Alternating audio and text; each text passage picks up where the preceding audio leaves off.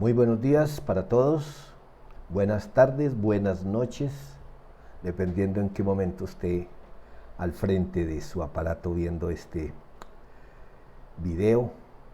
Bienvenidos a una predicación de su iglesia cristiana carismática cuadrangular, siguiendo a Jesús en los Arrayanes, en la ciudad de Ibagué. Vamos a orar. Bendito Dios y Padre, en esta mañana te damos gracias por la vida, por el don precioso de la vida. Gracias por la oportunidad que nos das de este reencuentro virtual, pero presencial contigo, Señor. Gracias porque tu Espíritu Santo está con cada uno de nosotros en nuestro lugar para guiarnos, para abrir nuestro entendimiento y que esta palabra produzca fruto en nuestra vida. Te damos gracias, Señor, por cada persona, por cada familia, por cada hombre, mujer y niño. En el nombre poderoso de Cristo Jesús. Amén. Bueno, otra vez, bienvenidos. Estamos en tiempos difíciles. Un fin de año en nuestro país, Colombia, con un invierno demasiado fuerte, pasando muchas cosas en distintos lugares de nuestro país, en los 4 puntos cardinales, tragedias, pérdidas, en fin. Y los pronósticos no son los mejores en cuanto al clima, pero también hay un poquito de inquietud frente a la economía, frente a este fin de año. Y no es de extrañar que estemos de pronto dejándonos llevar por esa corriente de las noticias no tan buenas. No somos inmunes a esto. Pero la palabra de Dios sí nos llama a que nuestra esperanza y nuestra confianza esté en el Dios Todopoderoso. Eso no quiere decir que no tengamos de pronto que pasar por situaciones como las que se están describiendo en estos minutos, pero de la mano del Señor salimos adelante. De la mano del Señor es diferente, porque siempre está nuestra esperanza en Él y no en las circunstancias. Sin embargo, nuestro tema hoy pues tiene que ver más con nuestra actitud personal, individual, cómo nosotros estamos asumiendo ciertas directrices que el Señor nos da en un comportamiento como hijos de Dios. En ese orden de ideas, pues vamos a tocar hoy un tema que de pronto pues lo hemos escuchado en conferencias para parejas, a los jóvenes y en los púlpitos, en los devocionales, en nuestras charlas en torno a la palabra de Dios. Pues bien, este tema tiene que ver pues con indicaciones que el Señor nos da directamente, Jesucristo, pero que también el apóstol Pablo y el apóstol Pedro y los escritores de las epístolas retomaron esas recomendaciones del Señor Jesús. En la época del libro de los Hechos, cuando la iglesia apenas si comenzaba, pues hay historias que se pueden estar repitiendo hoy día. Es decir, ha cambiado, claro, en estos 2020 y tantos años, desde que comenzó a escribirse el Nuevo Testamento, pues ha cambiado mucho la cultura, por supuesto la tecnología y todo esto, pero el comportamiento del ser humano sigue siendo el mismo y lo que espera el Señor Jesús de nosotros sigue siendo lo mismo, las mismas recomendaciones. En los tiempos bíblicos iniciales del Nuevo Testamento, sobre todo en el libro de los Hechos, como dije hace un momento, cuando un hombre se convertía, por lo general, toda su familia iba con él a la iglesia, empezaba a asistir a la iglesia, no a los templos. Bueno, al templo iban los judíos, pero cuando un hombre se convertía al cristianismo, su familia le seguía porque él asumía un liderazgo espiritual en su casa. Y vemos, por ejemplo, una historia ya para comenzar. Vamos al libro de los Hechos, en el capítulo 16, versículos 29 al 33. Hechos 16, 29 al 33 dice en la Nueva Traducción: el carcelero pidió una luz y corrió al calabozo y cayó temblando ante Pablo y Silas. Después los sacó y les preguntó: Señores, ¿qué debo hacer para ser salvo? Ellos le contestaron: cree en el Señor Jesús y serás salvo junto con todos los de tu casa. Y le presentaron la palabra del Señor tanto a él como a todos los que vivían en su casa. Aún a esa hora de la noche, el carcelero los atendió y les lavó las heridas. Enseguida ellos, ¿quiénes son ellos? Nuestros hermanos Pablo y Silas. Dice, ellos lo bautizaron a él y a todos los de su casa. Como vemos aquí, esto fue así de impacto. Pablo y Silas están encarcelados y entonces están en un calabozo, pues por lo que leemos, las cárceles funcionaban al lado de la casa del carcelero o ahí mismo vivía el carcelero con su familia. Y dice la palabra, unos versículos antes de lo que hemos leído, que alrededor de la medianoche Pablo y Silas estaban orando y cantando. Ellos estaban encadenados, los otros prisioneros los escucharon y que hubo un gran terremoto, la cárcel se sacudió y todas las puertas se abrieron y todos los prisioneros se les cayeron las cadenas, a todos. Y entonces el carcelero vio las puertas abiertas y pues claro que pensó que todos los prisioneros se habían escapado. Pero aunque el hombre pensaba quitarse la vida porque él tenía que responder por su vida, Pablo le gritó: no te mates, aquí estamos, no nos hemos fugado, no nos hemos escapado. Y luego sucedió lo que hemos leído. Entonces vemos aquí que era normal, digámoslo, era lo que más se presentaba, que un hombre se convirtiera y su casa le seguía en la fe, no por que los obligara, no, es que el hombre tenía ese liderazgo dentro de su familia. Sin embargo, si una mujer llegaba a hacerse cristiana, por lo regular empezaba a ir sola a las reuniones, a compartir la palabra, a estudiar con los apóstoles, con los discípulos y a compartir alimentos.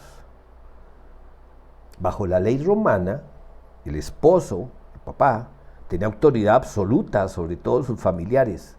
Autoridad absoluta, así era la ley romana. Y si el marido no estaba de acuerdo con las nuevas creencias de su esposa, ella podía poner en peligro su matrimonio al exigir sus derechos como una mujer libre en Cristo. Porque recordemos que el apóstol Pablo enseñó que ya no había hombre y mujer, sino hijos de Dios. Pedro tranquilizó a las mujeres cristianas casadas con incrédulos, indicándoles que no tenían, escúchame, que no tenían que predicarle a sus esposos. Eso lo vamos a ver más adelante. Que la mejor manera de llegar a ellos, que ellos llegaran a los pies de Cristo, sería mediante un servicio amoroso. Y cuando hablo de servicio no hablo de servidumbre, sino de amor que da, amor desinteresado. Ellas debían demostrarle al esposo el amor abnegado que Cristo le mostró a su iglesia. Ese es el llamado que más adelante vamos a ver, que Pedro hace a las esposas, es mostrar el amor de Cristo en sus vidas, no de una manera rebelde ni enfrentando a su esposo, porque la autoridad era el esposo, es el esposo. Entonces, al ser esposas ejemplares, escúchenme, no sumisas incondicionalmente, sino ejemplares, lograrían agradar a sus esposos. Y entonces, por lo menos ellos, al ver que ellas tenían un comportamiento, pues, sabio, pues algunos les permitían para que fueran a practicar su nueva religión, su extraña religión para ellos. Y con el tiempo, en el mejor de los casos, esos esposos terminarían uniéndose a ellas y llegarían a ser cristianos también. Nuestro orgullo, entiéndase, naturaleza pecaminosa, y el mundo nos dice a los hombres que los que tienen que mandar en casa somos nosotros. Y entonces si la señora nos quiere imponer una nueva fe, ¿cómo así? Si yo soy el que mando aquí. Sin embargo, cuando ese amor por parte de las esposas se da, no se impone, hablo del amor a Cristo, pues el resultado va a ser otro. Nuestro orgullo, escúchenme, y el mundo nos dicen que no debemos sujetarnos a nuestra esposa, que son ellas las que deben. Entonces, primera conclusión aquí en esta introducción es que el orgullo imposibilita la sujeción. El orgullo de cualquiera de las dos partes, como vamos a ver más adelante. Hay una cita en Efesios capítulo 5, versículo 21, donde el apóstol Pablo se está dirigiendo pues a los esclavos que se tienen que sujetar a sus amos, y luego toca el matrimonio y comienza en Efesios capítulo 5 versículo 21 diciendo: es más, sométanse unos a otros por reverencia a Cristo. Y luego entra, y pues no es lo que vamos a mirar ahorita, no es en el libro de Efesios, pero allá después de que Pablo hace esta recomendación, es más, sométanse unos a otros por reverencia a Cristo, enseguida dice: a las esposas esto significa tal cosa, para los esposos esto significa tal cosa, para los hijos, para los esclavos, y empieza a explicar lo que significa someterse unos a otros y a lo que significa hacerlo por reverencia a Cristo. Es que la sujeción a la que el Señor nos llama es precisamente porque Él nos dio el ejemplo. Jesucristo dijo: yo soy la luz del mundo, y luego dijo: ustedes deben ser luz en medio de las tinieblas, cuando se refería a nosotros como iglesia, como sus seguidores. Entonces, llegaríamos como a una conclusión en esta introducción, y que es el título de nuestra enseñanza de hoy. La sujeción es vivir en la luz de Cristo. La sujeción es vivir la vida de Jesús en nosotros a través de la sujeción, porque Jesucristo nos dio ejemplo. Entonces, vamos a ver primero esto de que la sujeción es vivir en la luz, lo que significa para las esposas en primer lugar. Vamos a tener esta palabra a las esposas, pero esta vez sí nos vamos a referir es a la primera carta de Pedro, capítulo 3, versículos 1 al 6, que me permito leer en comienzo en la versión Reina Valera 1960. Primera de Pedro, capítulo 3, versículos 1 al 6. Asimismo, vosotras, mujeres, estad sujetas a vuestros maridos, para que también los que no creen a la palabra sean ganados sin palabra por la conducta de sus esposas, considerando vuestra conducta casta y respetuosa. Vuestro atavío no sea al extremo de peinados ostentosos, de adornos de oro o de vestidos lujosos, sino el interno, el del corazón, en el incorruptible ornato de un espíritu afable y apacible, que es de grande estima delante de Dios. Porque así también se ataviaban en otro tiempo aquellas santas mujeres que esperaban en Dios, estando sujetas a sus maridos. Como Sara obedecía a Abraham, llamándole Señor, de la cual vosotros habéis venido a ser hijas, si hacéis el bien sin temer ninguna amenaza. Como vemos aquí, esta palabra, pues lo que le está diciendo Pedro a las mujeres que ya son cristianas y que su esposo aún no las acompaña, aunque también es una palabra para quienes su esposo ya está asistiendo a las reuniones, ya está yendo a la palabra y sobre todo ya ha aceptado a Jesús. Pero en los casos que no, es que aquí es donde insisto y es en lo que los devocionales diarios, mi esposa lo hace también, es que a nosotros se nos debe notar que somos cristianos. No se trata de sabernos libros o cantos, que eso es necesario, pero es que se nos debe notar. Es decir, que una vida transformada habla con mayor fuerza y claridad. Y a menudo es más eficaz para influir en un miembro de la familia, no necesariamente el esposo. Pedro les está diciendo a las esposas cristianas que cultiven una hermosura interior y que no vivan preocupadas por su apariencia exterior. Y bueno, esto no se está diciendo aquí pues que una dama no debe preocuparse por su aspecto físico. Pues sí, claro que sí, aquí no lo está prohibiendo el apóstol Pedro, está diciendo es que se esmeren más por su belleza interior que por su belleza exterior. Que ganarán a su esposo con el amor y no solamente con su aspecto. Porque así como en Proverbios dice que de qué sirve tener manjares en una casa donde hay conflicto, pues de qué serviría una mujer muy bella, muy arreglada, si su trato con su esposo es irrespetuoso, es de rebeldía, es de maltrato.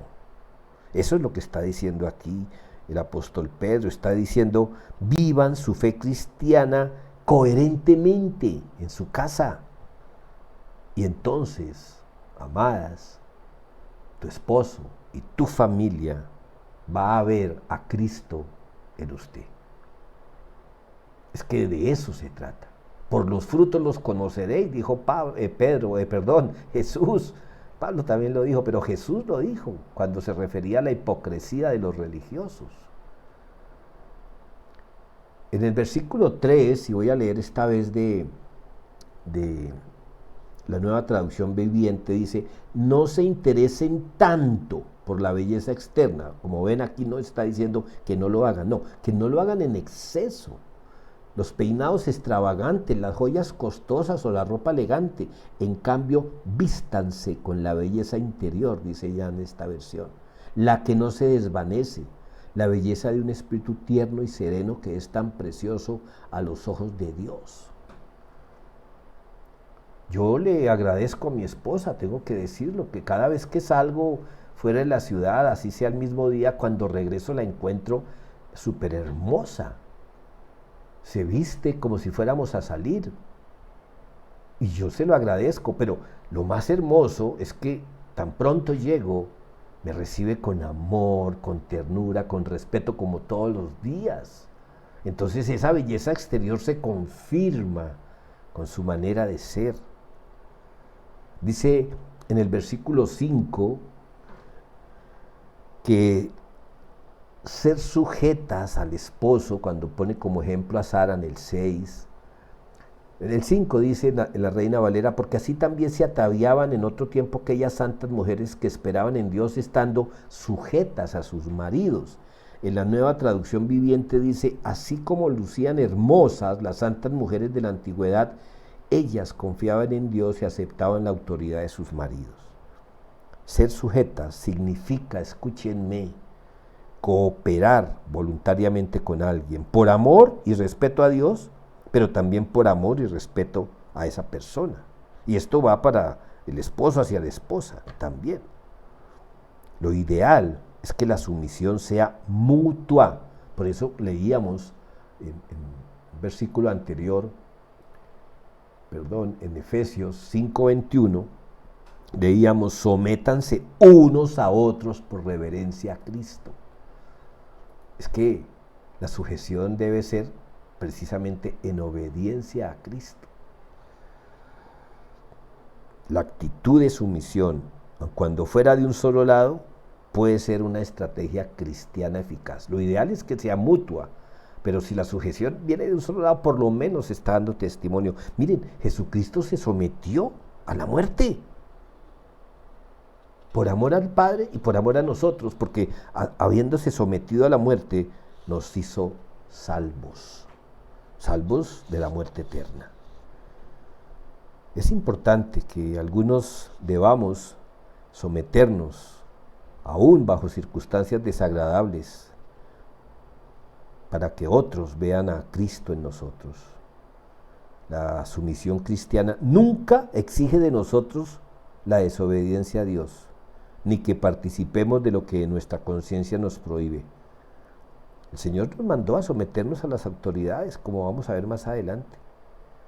La sumisión unilateral, o sea, por parte de solo uno de los miembros, requiere tremenda fortaleza. No vamos a lograrlo sin el poder del Espíritu Santo que obra en nosotros. Esa sumisión debe venir desde el Espíritu, desde lo más profundo de nuestro corazón, no por miedo, no por un falso testimonio. Vamos a continuar, vamos a mirar ahora qué dice el apóstol Pedro a los esposos en esta misma porción bíblica de Primera de Pedro capítulo 3, y esta vez vamos a mirar en el versículo 7, Primera de Pedro 3, 7, y voy a leer de nuevo de la Reina Valera. Vosotros maridos igualmente vivid con ellas sabiamente, dando honor a la mujer como a vaso más frágil y como a coherederas de la gracia de la vida, para que vuestras oraciones no tengan estorbo. Este solo versículo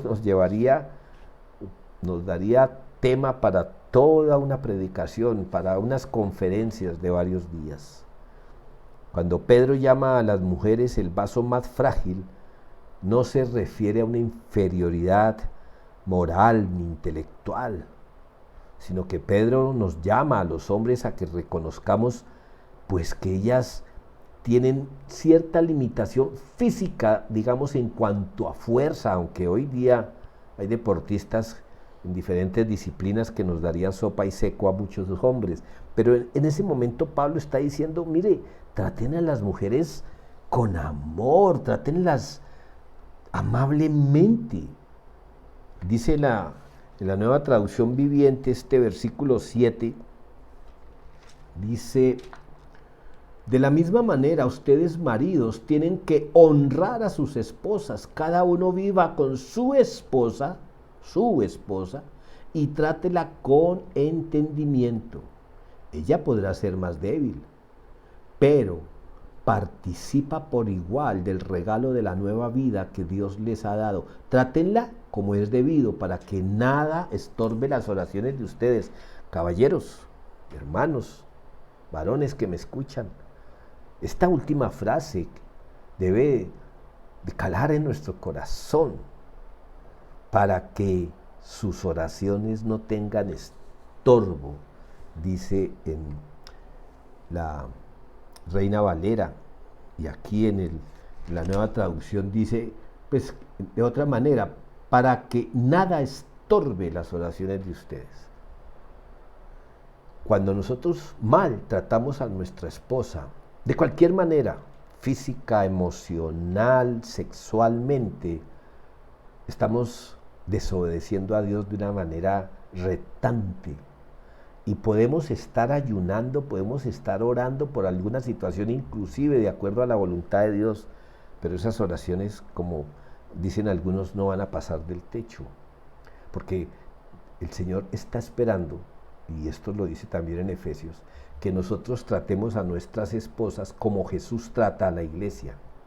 Y Jesús nunca, ni lo hizo ni lo hará, maltrató a la iglesia. Al contrario, nos dio todo el ejemplo, dio la vida por su esposa, la iglesia. Es decir, usted y yo, o tú y yo, y tu esposa, y tú. Es decir, por hombres y mujeres. Es que Jesús no vino a morir por los maridos, o por las esposas, o por los hijos, vino a dar la vida por todos. Se sujetó al Padre en primer lugar, se sujetó a la muerte, al sufrimiento, por decisión. Luchó con eso, pero lo hizo. A pesar de que hoy día vemos tanto maltrato a la mujer, el feminicidio y tantas cosas que ni sabemos, porque muchas mujeres ni siquiera denuncian por temor, por pánico. Pero en esa época seguramente también había maltrato, pero la mayoría de mujeres, si no eran protegidas por los hombres, eran vulnerables, eran abandonadas. La vida de las mujeres puede ser más llevadera hoy, aunque muchas están pasando por situaciones muy terribles de parte del esposo, del compañero. Han ganado espacio, ha habido un aumento de oportunidades de trabajo, de desempeñarse profesionalmente, pero todavía falta mucho. Muchas mujeres son relegadas y lo más tenaz, no solo por la sociedad, sino por sus propios esposos. Hay comerciales donde invitan a las mujeres a denunciar el maltrato. Inclusive hay un comercial donde una esposa le está contando a su esposito que se inscribió para una universidad y él le dice, pero usted ¿para qué? ¿Para qué va a perder el tiempo? Usted no se puede poner en eso. Y ahí en ese comercial están diciendo, esto es maltrato psicológico. Debemos de tratarlas como vaso más frágil, no como un ser inferior, no, sino con ternura, con amor, con respeto, por amor a Dios y por amor a ella. Un hombre que honra a su esposa, la protege, la respeta, la anima, la ayuda, permanece con ella, escúchame, le es fiel.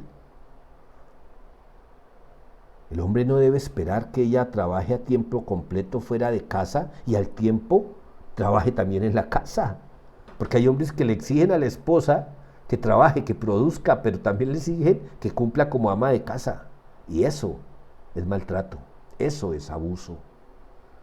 La mujer ayudará al hombre tanto como le sea posible.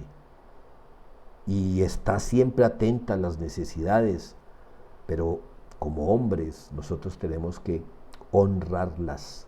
Dice en la traducción viviente, dice, ¿dónde está? Perdón, 3.7, dice, de la misma manera ustedes maridos tienen que honrar a sus esposas, cada uno viva con su esposa y trátela con entendimiento. ¿Qué significa entendimiento? Con sabiduría. ¿Cuál sabiduría? La que viene del cielo, es decir, de acuerdo a la voluntad de Dios. Si un hombre no trata con respeto y consideración a su esposa, sus oraciones tienen estorbo, pero no solo sus oraciones, su relación con Dios. Porque una relación viva con Dios depende de la buena relación con los demás. Ama a Dios sobre todas las cosas y a tu cónyuge, le cambiaría yo por prójimo, como a ti mismo. Jesús dijo que si usted tiene un problema con un creyente, primero debe solucionarlo antes de adorarlo. Mateo capítulo 5, versículo 23, ¿recuerdan? Si usted viene a traerme ofrenda y se acuerda por el camino que no se habla con su esposa, y aquí yo ya estoy metiendo mi versión, primero vaya y arregle con su esposa y luego sí venga a hablar conmigo, es lo que dijo Dios o Jesús de parte de Dios. Este es un principio espiritual importante en las relaciones familiares. Incluye también mi relación con mis hijos, o en el caso mío con mi hija.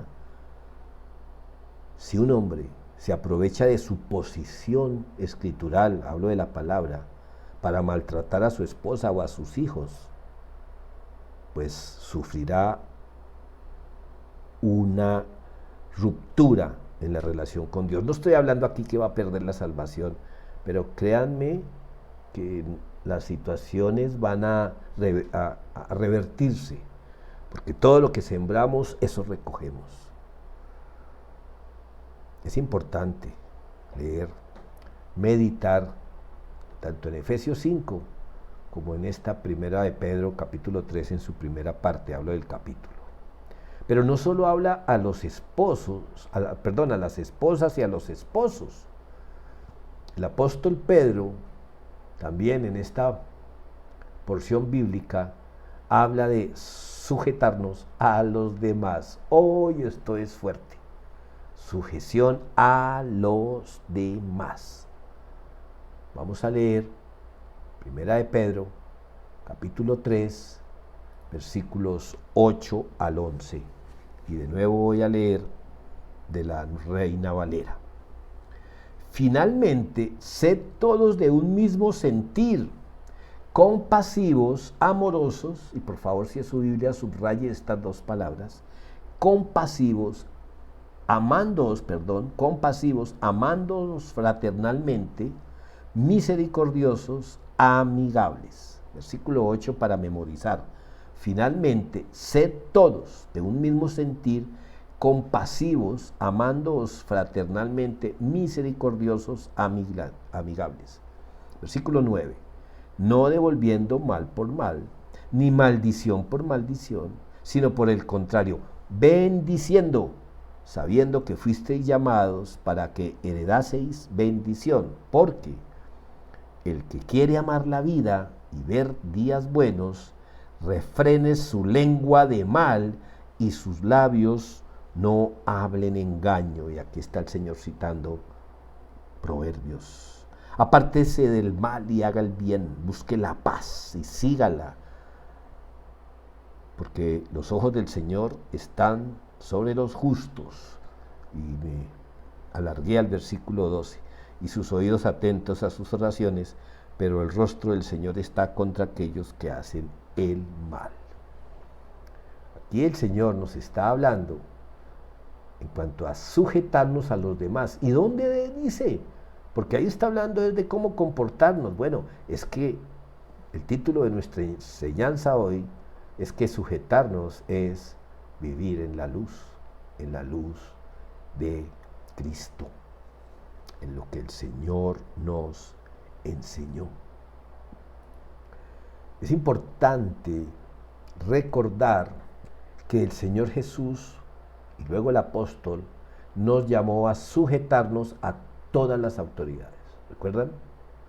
Inclusive cuando quisieron ponerle una trampa, una cascarita, como diríamos ahora a Jesús respecto al impuesto, Él mandó a que se pagara al César lo que es del César, al gobernante, a la autoridad, que se cumpliera con las leyes tributarias de ese momento. Que abusaban. El Señor Jesús no llamó a levantarse contra una reforma. El Señor Jesús habla de reforma tributaria. El Señor Jesús no puede contradecir la palabra de Dios. No puede contradecir que toda autoridad es puesta por Dios y que si esa autoridad abusa, bueno, tendrá que dar cuentas. Y escúchame, padre de familia, nos encanta decirle a nuestras esposas y a nuestros hijos que somos la cabeza, que fuimos la autoridad puesta por el Señor. Pero atención, como ya vimos, si abusamos de esa autoridad, daremos cuentas de eso. Inclusive, tendremos que asumir en esta vida la responsabilidad, las consecuencias de esas decisiones de abuso. Pero bueno, vemos aquí que hay una lista de comportamiento. Diremos en la Nueva Traducción Viviente las mismas citas. Dice, por último, estoy leyendo el versículo 8. Por último, todos deben ser de un mismo parecer, tengan compasión unos de otros, ámense como hermanos y hermanas, sean de buen corazón y mantengan una actitud humilde. No paguen mal por mal, no respondan con insultos cuando la gente los insulte. Por el contrario, contesten con una bendición. A esto ha llamado Dios y Él los bendecirá por hacerlo. Y luego cita del versículo del Antiguo Testamento, el apóstol Pablo. Pedro presenta aquí 5 elementos para tener en cuenta, para que tomemos nota en cuanto a esto de sujetarnos a los demás. Perdón, estas no son las 5 cosas. Luego vamos a la conclusión. El apóstol Pedro está hablando de una armonía. Dice, deben ser de un mismo parecer. Esto no quiere decir que tenemos que pensar como que los demás piensan, no. Pero sí tenemos que buscar una unidad. No ser esa piedra en el zapato para nuestras autoridades, para nuestra familia. Pedro está hablando de una armonía. ¿Qué es la armonía? El ensamble, digamos, de unos músicos con diferentes instrumentos. La flauta no tiene que sonar como el saxo, pero tienen que armonizar. Algo así es lo que el Señor nos está pidiendo para nuestras vidas. ¿Qué nos debe unir? El amor a Cristo. Y claro, podemos pensar diferente, podemos tener argumentos diferentes que podemos exponer, pero tenemos que pedirle a Dios que nos dé la sabiduría para buscar esa armonía en las metas, en lo que vamos a alcanzar. Por eso es tan importante, esposos, que consultemos con nuestra esposa y con nuestros hijos. No para poner a votación, porque la democracia muchas veces se equivoca. Y nuestro país sí que tiene una lista de eso. Pero sí para tener en cuenta y orar, sobre todo, buscar esa armonía con el maestro de la orquesta para volver a nuestro ejemplo de instrumentos, que es el Señor. Y la partitura, pues la palabra de Dios. Entonces sí tenemos que buscar la manera de tener esa unidad. Jesucristo en Juan capítulo 17 le pide eso al Padre.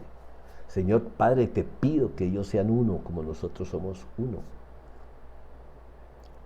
Lo segundo que nos pide ahí, en las dos versiones, es casi que la misma palabra: tengan compasión unos de otros. En la Reina Valera dice: compasivos, amándoos fraternalmente. Esta palabra compasión para mí es sinónimo de amor. No significa lástima, como desafortunadamente muchas veces la identificamos. Compasión no es lástima. Compasión es ponerse en el lugar de la otra persona, es sentir. En Hebreos dice: acordaos de los presos como si estuvierais presos con ellos. Y yo aprovecho para eso. A veces estamos orando: Señor, cambia este país, que no haya tanta inseguridad. ¿A usted le gustaría compartirle a un ladrón? ¿Le gustaría compartirle a un extorsionista? ¿Compartirle de la palabra de Dios? Uy, no, pues difícil salir uno a una calle peligrosa a buscar un delincuente para hablarle de Cristo, para que su vida sea transformada. Pues le tengo la solución. En las cárceles están. Las cárceles no son un invento de Dios. Las cárceles se crearon desde la justicia humana, pero es el lugar que Dios nos pone en bandeja para ir a buscar a esas personas que hacen tanto daño. Pues allá también hay inocentes de los delitos que los acusan, pero allí están. Dios nos los pone ahí en medio de un lugar seguro, entre comillas, porque a veces hay más inseguridad en las calles que dentro de las cárceles, para compartirles. Y de alguna manera nos estamos sujetando, primero al entrar, a las autoridades del lugar, de la prisión, pero también nos tenemos que sujetar al tiempo del interno, a las condiciones del interno. ¿Se dan cuenta cómo la compasión tiene que ver con, no sé si solidaridad sea el ejemplo, sea la palabra justa? Porque a veces se dice de ponernos en los zapatos del otro, sí, tal vez, pero ponernos en los zapatos y caminar con ellos lo que han caminado. Y ahí vamos a entender también a nuestros hijos, ponernos en los zapatos de nuestros hijos. Hay una brecha generacional, y aunque todos fuimos jóvenes, como que se nos olvidó que a nosotros también se nos olvidaban las órdenes de nuestros padres. Y ahora somos implacables con la desobediencia de los hijos. La mejor manera de sujetarnos a nuestros hijos es ejerciendo una autoridad como Dios Padre lo hace con nosotros, con misericordia pero con firmeza. Lo tercero que nos llama es a que tengamos amor y ver a los demás, sobre todo a la esposa, como una hija de Dios. A nuestros hijos, sí, claro, como nuestros hijos, pero como hijos de Dios. Al hermano de la iglesia como un hijo de Dios, al no creyente como una criatura de Dios, a la cual el Señor de pronto nos está llamando que los llevemos a ser hijos de Dios. Que no se te olvide que si tu esposa está contigo en el Evangelio, antes de esposa es una hermana en la fe, y que ese Dios celoso con su iglesia la ama como te ama a ti, y viceversa. Esposa, tu esposo es un hijo de Dios. Ah, que se equivoca, que falla, que peca. ¿Y tú? Es que sujetarse es un acto de amor, no de humillación. Lo cuarto que nos recomienda el apóstol Pedro en cuanto a sujetarnos unos a otros es la compasión, es ser sensible a los afectos de la persona, las debilidades de la persona. Es que a veces estamos exigiéndole a nuestra esposa, en el caso de los hombres, o al esposo, en el caso de las damas, o a los hijos, en el caso de los padres, una perfección que nosotros tampoco hemos alcanzado. Y no estoy llamando a que entonces dejar que pase o que hagan lo que quieran hacer. No, es tener la compasión en el momento de exhortar, en el momento de corregir y sujetarnos, que como vamos a ver, no es humillarnos. Eso es lo que el mundo dice. ¿Y yo por qué me voy a dejar de ese aparecido que ahora porque le dieron un cargo superior al mío? Entonces, eso nos dice el mundo, que yo por qué tengo que humillarme. No, es que no se trata de humillarse. La sujeción tiene que ver con obedecer al Señor por encima de todo. Dice la palabra también que trabajemos como para Dios y no para el jefe, no para el dueño de la empresa, no para el pastor, no para el profesor, no para el gerente. Y lo último que nos recomienda el apóstol Pedro: primero armonía, segundo compasión, tercero amor, cuarto compasión, otra vez la compasión primero para ser sensible. Lo quinto es humildad. Y la humildad tiene que ver con algo del espíritu. La envidia es algo de la carne. Ser humilde es considerar a los demás superiores a mí, dice la palabra de Dios. Y repito, no es para que nos ajustemos en una baja autoestima, no. Es para que entendamos que Jesús ama a esa persona no más que a mí, igual que a mí. Pero que para que yo no tenga problemas con esos celos y esas envidias que nacen de mi naturaleza pecaminosa, yo sí debo considerar a la persona como superior a mí, en el sentido de que delante de Dios somos iguales. Estas 5 cualidades o calidades de pensamiento, que Dios nos ayude con el Espíritu. Esto no sale así de nuestra naturaleza, esto no es tan natural en nuestra humanidad. Nos va a ayudar mucho para que nosotros como creyentes le sirvamos a Dios sirviéndole al prójimo con eficiencia. Es decir, produciendo frutos de bendición para las personas, creyentes o no. Porque ya nos habló a los esposos, a las esposas, a los esposos. Ahora nos hablan en comunidad. Y entonces, muchas veces, vamos a tener que sujetarnos a personas no creyentes. Y sabes, tenemos que sujetarnos, excepto cuando nos estén dando órdenes o nos quieran dirigir u obligar a desobedecer a Dios. Hasta ahí llega la sujeción al ser humano.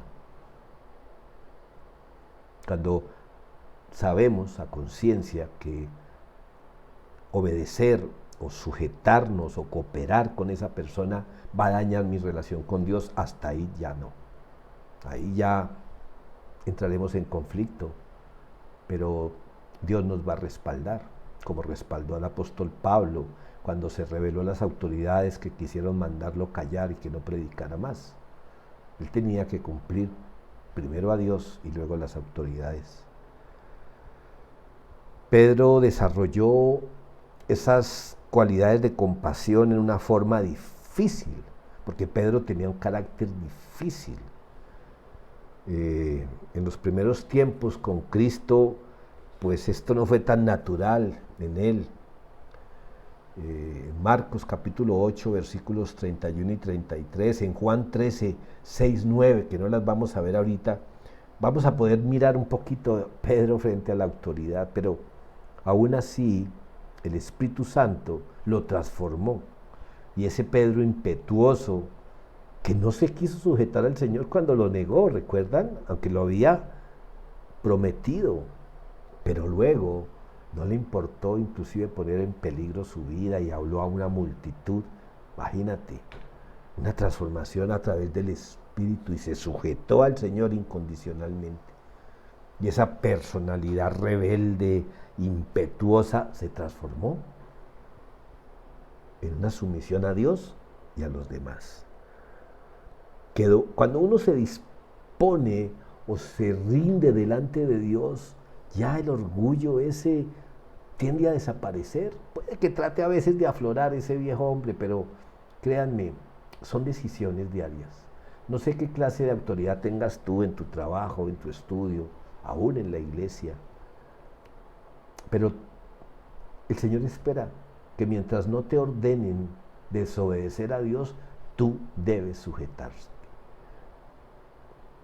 Porque deben nacer de un espíritu humilde, compasivo, misericordioso.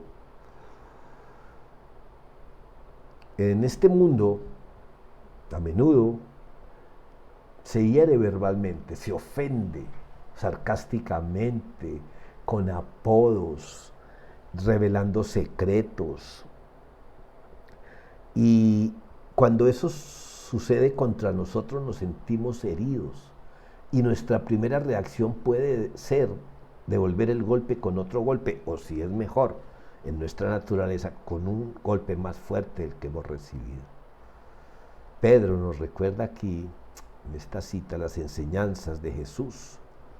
Mateo capítulo 5, versículos 39 en adelante, habla inclusive de poner la otra mejilla, que es humanamente imposible.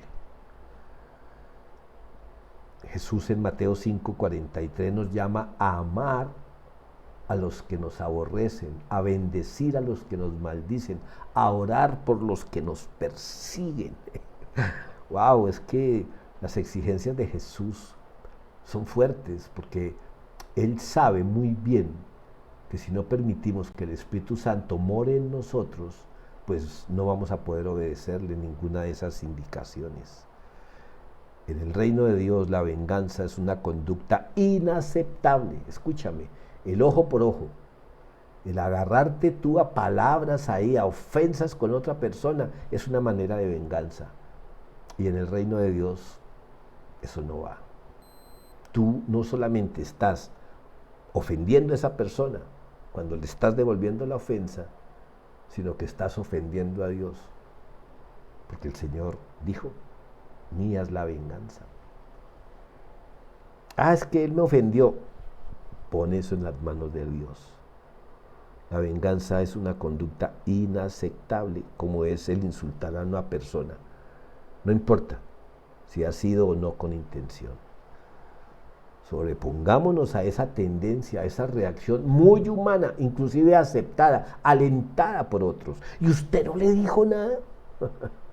Muchas veces nos reprochan si somos obedientes a Dios. Pero entonces es cuando tenemos que preguntarnos: ¿a quién deseo yo agradar? Mira, Dios te ama y Dios sabe que esa situación, ese conflicto en el cual tú has reaccionado como te atacaron, va a terminar mal. Por eso el Señor nos llama a romper con eso, a evitar que termine hasta en una tragedia, un simple pisotón. Hace poco, un muchacho le quitó la vida a otro porque lo pisó. Imagínense.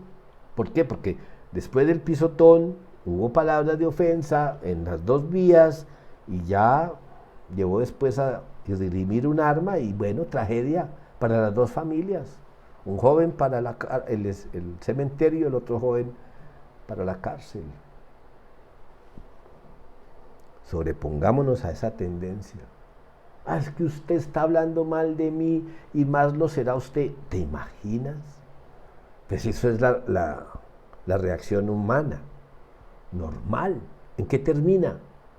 Muchas veces en tragedia, en denuncias, en tener que ir a una fiscalía, ante un juez. Bendito Dios, todo eso es lo que el Señor quiere evitarnos. Miren los países Cuando hay algún conflicto, que una tropa se pasó al otro lado, que hubo un disparo, si no se sientan a conversar y a aclarar esas diferencias, sino que empiezan con ofensa y ofensa, ¿en qué termina eso? En una guerra. ¿Y qué pasa en una guerra? Que son miles los inocentes que caen. Porque ya no importa quién comenzó, debería importar es quién buscó la paz, en toda relación, no solo entre las naciones.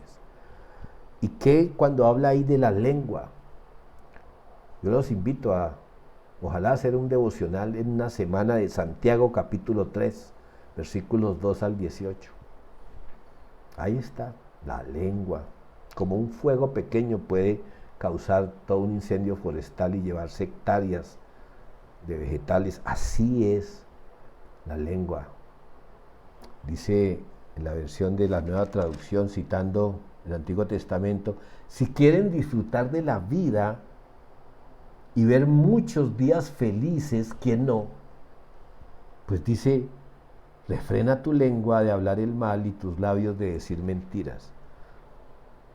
Y aquí no está diciendo quién empezó, no. Controla tu lengua. Ah, que me ofendió. Dios te bendiga. Con eso terminas cualquier ofensa. Pero caemos en la trampa de la provocación. Cuando surgen los conflictos, se pone en claro que tanto estamos obedeciendo a Dios, buscando obedecer a Dios. Es ahí en los conflictos, en las crisis, es que aflora realmente qué hay en nuestro corazón. Lograr la paz puede ser una tarea difícil, mucho más que la de hacer la guerra, pero tendrá como resultado vida y felicidad, dice aquí en la palabra de Dios, y yo le creo a Dios. Mira, el Señor te va a dar la victoria. El que se humilla será exaltado. Y ojo con humillarte buscando ser exaltado, porque el Señor conoce las motivaciones de nuestro corazón. Entrando ya a conclusiones, aquí sí vamos a ver como unas máximas que encontré en un comentario de la Biblia. Dice que la sumisión es algo relacional, algo recíproco, algo testimonial y algo universal, como cuatro, hablando de cuadrangulares, como cuatro aristas de la sumisión. Primero, es relacional porque es el amoroso reconocimiento del valor de otro como persona. Cuando yo me sujeto a mi esposa, le estoy demostrando amor y atención. No es la sujeción de mi hija, haga conmigo lo que quiera, no. Es la sujeción, como ya vimos, de cooperar con ella, de tratarla bien, de amarla, respetarla, serle fiel, preocuparme por ella, no humillarla. Es que es todo esa paleta como un pintor, para que se sienta amada a través de mi sujeción a ella, y de parte de la esposa hacia el esposo. ¿Qué espera el esposo?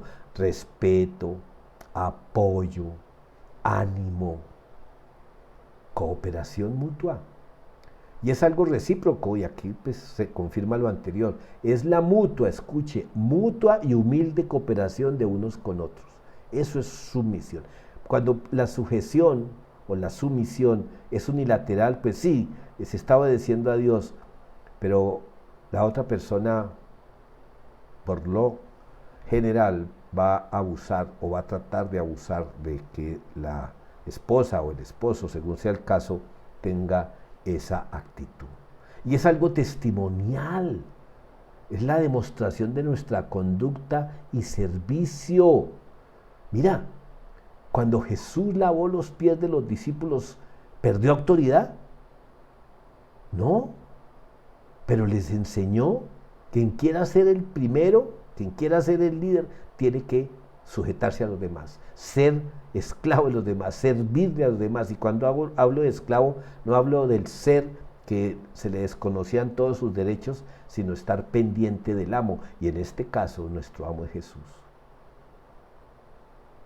Y cuando nuestra sujeción es hacia no creyentes, esto sí que es testimonio. Esto sí es la diferencia. Y es universal, porque la sumisión es un llamado a toda la iglesia a reconocer por encima de todo el señorío de Jesucristo. ¿Qué quiere decir eso? Que al someternos a toda autoridad, escúchame, a toda autoridad, debemos hacerlo motivados por ser obedientes al señorío de Cristo, quien nos dio esa orden. Es decir, cuando yo me estoy sujetando al presidente de la República, lo hago motivado porque quiero sujetarme al Rey de Reyes y Señor de Señores, que me pidió que me sujetara al presidente. Y de ahí para abajo en la jerarquía a cualquier autoridad. Esto es importante que lo tengamos en cuenta, mis amados. Cuando tú te revelas a tu esposa, o esposa te revelas a tu esposo, o hijos que me están escuchando, viendo, te revelas a tus padres, realmente en todos los casos nos estamos revelando a Dios. Estamos siendo rebeldes con el Señor. Esto es importante que lo entendamos. La sujeción es un llamado, escúchame, de bendición para nosotros, de parte de Dios.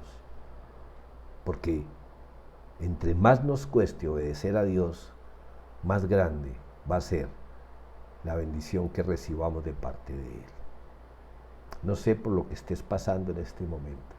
Te aseguro que este tema lo puso el Señor en mi corazón de una manera sobrenatural.